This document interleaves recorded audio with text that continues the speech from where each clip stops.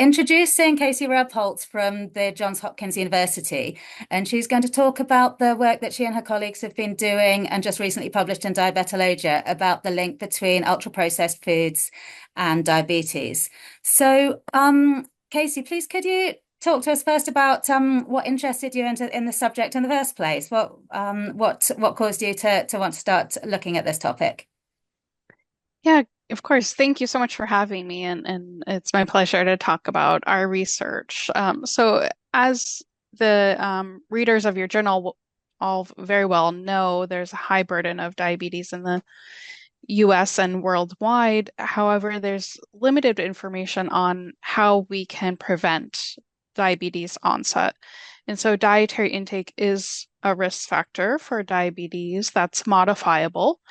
So our goal was to contribute to the evidence on dietary approaches to alleviate this burden of diabetes. And then with respect to the particular dietary factor of interest in this study, ultra-processed food, we know that it constitutes more than half of total dietary intake of energy in the US and in many other regions of I the think it's world. similar in the UK too. Yeah, yeah. So that I think is very striking and highlights how common these foods are in our diets. And there's been recent recognition that these types of foods are associated with adverse health outcomes. However, the current diabetes guidelines do not specifically mention ultra-processed food. And although there is existing evidence on the association between ultra-processed food and diabetes, that mainly comes from European populations. And then in the US, a couple populations that are predominantly white and higher income and education level. So we wanted to study this association in our population, which is a large and relatively more diverse sample of adults in the US, both in terms of geographic region, socioeconomic status, as well as racial groups. And so, yeah, that's why we conducted our study. Well, fantastic. And so ultra processed foods, I know there's sometimes a little bit of confusion about what exactly is meant by an ultra processed food. So perhaps you could just take us through that generally and then specifically how it's analyzed or how they were defined for the purposes of the study. Yeah, of course. So ultra-processed food, they're also referred to as highly processed food, and they are food products that undergo some industrial processing, and they contain some additives, artificial additives, to preserve the shelf life of these foods. They can include coloring and emulsifiers and other types of additives. And they're designed specifically to be highly palatable with a high content of calories, so they're energy dense and a high content of sugar and salt as well. And there's several different classification systems used for defining ultra-processed food in research. And in our study, we used the NOVA system, and we classified every single food item that was reported by our participants into one of four categories, ranging from minimally processed or ultra processed. And then the next step is processed culinary ingredients. Following that is processed food. And then the most highly processed is called ultra processed food. And we decided to use this classification system because it is the most appropriate tool for the type of dietary data we have in our study population. Also, it's the most often used classification system in research. So it allows our findings to more easily be compared to other research on this topic. And so you mentioned already a little bit about the cohort that you used for the study, the ARIC cohort or atherosclerosis risk in communities, I think it's called, and how it's quite a widespread, diverse cohort. Could you give me a little bit more about the background to this cohort? Absolutely. And yes, the name is Atherosclerosis Risk in Communities Study. And so it's a large population-based cohort.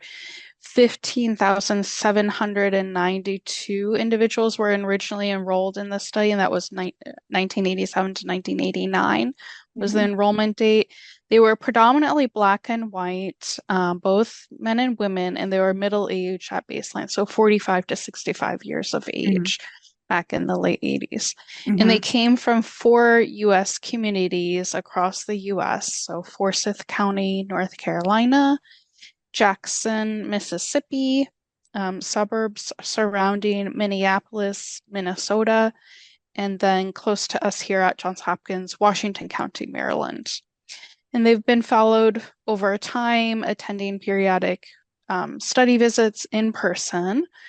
And in addition to those visits, we collect information over the phone, and then we have surveillance efforts to capture information on participants who are no longer attending the study visits for whatever reason, through review of all hospitalizations and deaths in those catchment areas. And then in our study, we excluded some people for missing information and ended up analyzing 13,172. So that's a good sized cohort, really, to give you Mhm. some answers. So how did you go about gathering the information then on ultra processed foods and diabetes in the cohort, and how did you go about analyzing it and conducting your study? Yeah, so we conducted a prospective analysis of the ultra processed food consumption at baseline. So that was 1987 to 1989, and then followed people for the development of diabetes over time. And this was over 3 decades of follow-up that we had available in our study. And I already talked about the definition of ultra processed food for diabetes. We define that as elevated glucose, use Mm. of glucose lowering medications, or if they were given a diagnosis of diabetes by a Mhm. physician. And we used Cox proportional hazard regression models, adjusting for important confounding factors such as demographic characteristics, socioeconomic status, related health behaviors, and other clinical characteristics. And in a separate model, we adjusted for body mass index, which is a potential mediator of the association along this pathway between ultra-processed food consumption and diabetes.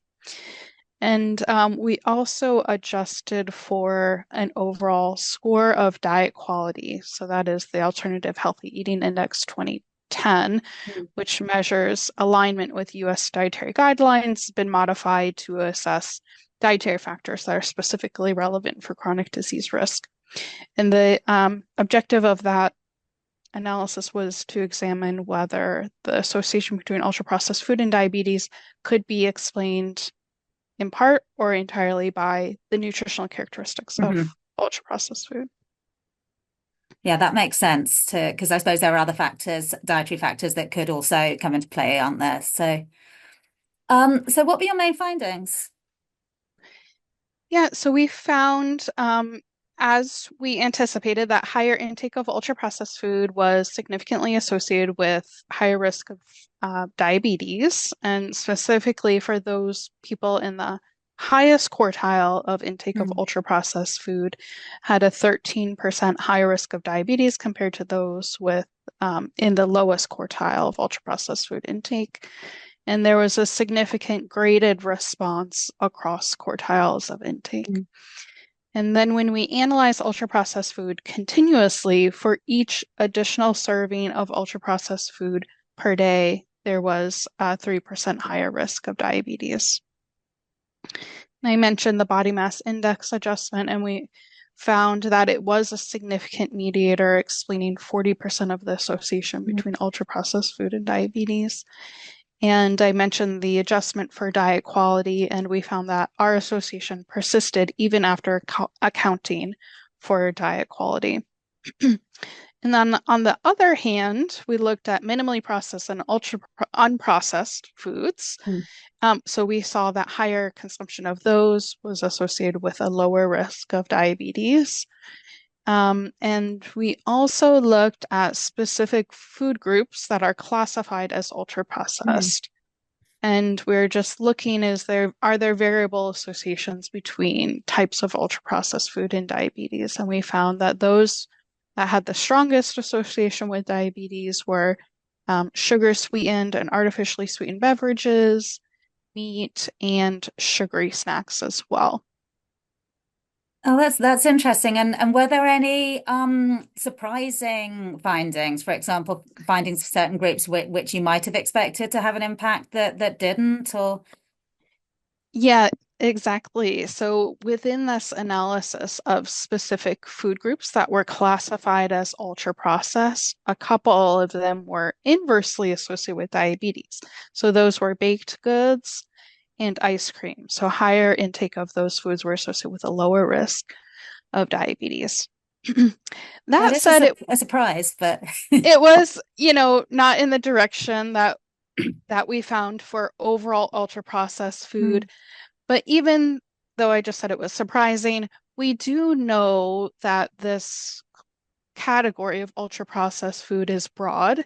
mm, And we also know that as we collect dietary data, we may not be capturing relevant information in terms of processing levels. So, for mm, example, for the baked goods, it's quite possible that these were, healthier versions of these foods with mm, higher fiber and a higher content of whole grains versus refined grains. mm, And we also have found in the literature that other people have found different associations with respect to types of ultra mm. processed foods. I mean, that's why we did that type of an Yeah, analysis, specifically absolutely.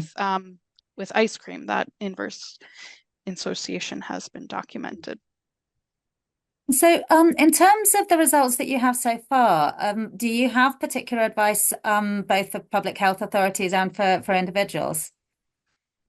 Yeah, I think so this translates well to specific messages that we can convey. So for individuals, um, it highlights the importance of choosing to consume unprocessed and minimally processed foods instead of ultra-processed food in order to prevent the development of diabetes. However, that's easy to say and hard to do. Um, It is, I think. There's so yes, much out there, isn't there? Yes, and our food system is designed to promote consumption of these ultra-processed Mm, foods.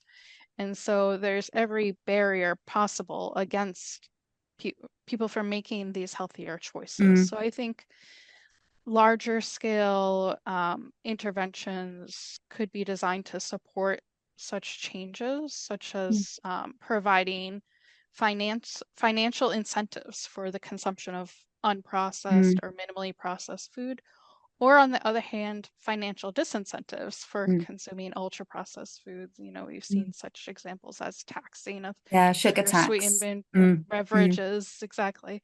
mm, Um, and then another option would be to look at labeling, food mm, labels, so that provides easily obtainable information for the consumer to make a decision mm, when they're making choices about what to purchase and mm. consume, or this could be, not only in the grocery store, but at restaurants. Mm. Or I And have a then, little app on my phone which where I can scan things and look at the Nova classifications. But I oh, think that's you have great. to be interested and Yeah. look for things like that, don't you? hmm So I hmm think for many people that are busy perhaps and don't have much time to really think about their food, that it's not easy to access things like that. That's absolutely true. So I Mm, think just looking how to redesign the food system to make it as mm, easy as possible for people mm. to make healthy choices and specifically choose less processed food. And how you mentioned guidelines for diabetes prevention earlier on as well. Is that something that you think would be a good idea for different public health authorities around the world to start looking at whether ultra processed food should be included as something to avoid? Or Yeah, absolutely. I think that could have a major impact on policy and clinical practice if our guidelines, specifically for diabetes, but also the US dietary guidelines for Americans, Mhm. which is for the whole population, Yeah. if they're able to recommend limiting intake of Mm-hmm. ultra-processed food. And that's been done in other countries, but not in the US. Mm-hmm. So what's next for you? Are you planning to take this further and do further research on the link between diabetes and ultra processed foods? Yeah, we are definitely continuing this research and expanding on ultra-processed food and its impact on other health outcomes, including cardiovascular disease. And the overall goal is just building this evidence so that it can potentially make it into the guidelines and influence policy and hopefully reduce intake at the individual level and at the population level, the burden of diabetes and other chronic diseases. We're also working on, I mentioned before, the different classification systems. So systematically comparing those classification systems, thinking critically about which are most appropriate, which are most informative, are they equally so? And then also looking at biomarkers of ultra-processed foods such that we would have some objective assessment Yeah. of intake, um, which hopefully will improve the accuracy of measuring Mhm. these foods. And also maybe we could measure it at an individual level so that a clinician could counsel patients on their level of intake of ultra-processed food. And then I think other interesting research relates to our finding that the association between ultra-processed food and diabetes persisted even after adjusting for overall diet quality. Mm. So what is it about ultra-processed food beyond those nutritional Yeah. characteristics that provides some harmful effects? You know, Mm. is it the change in the food matrix from raw or whole foods to something that's processed, or is it these additives and sweeteners and colors and emulsifiers that are put into the food? So I think it would be really interesting to understand that more. We don't currently have proposed research, within my research group, but I think that's a really Mm. interesting topic to explore. I think you do mention in your paper as well that the ARIC cohort was set up and the food frequency questionnaires without ultra processed foods in mind because it's as an older study. So I suppose maybe Yeah, new cohorts could be put yeah. together where the food frequency questionnaires perhaps more accurately reflect what we consider to be ultra processed. Yeah, exactly. Or using study populations which have 24-hour dietary recalls, which has Mm. more specific information about the source of the food. Is it a Yeah. homemade food? Is it purchased from a store or Mm-hmm. a restaurant? Mm-hmm. Um, yeah, Yeah. exactly. Oh, really Mhm. interesting. There's a lot to do, isn't there? So. Yes, Yeah. that's true. Well, thank you very much, and best wishes and good luck for all of your future research. And I'm sure your latest paper in diabetology will really garner a lot of interest. And thank you very much for talking to me. Thank you so much for having me.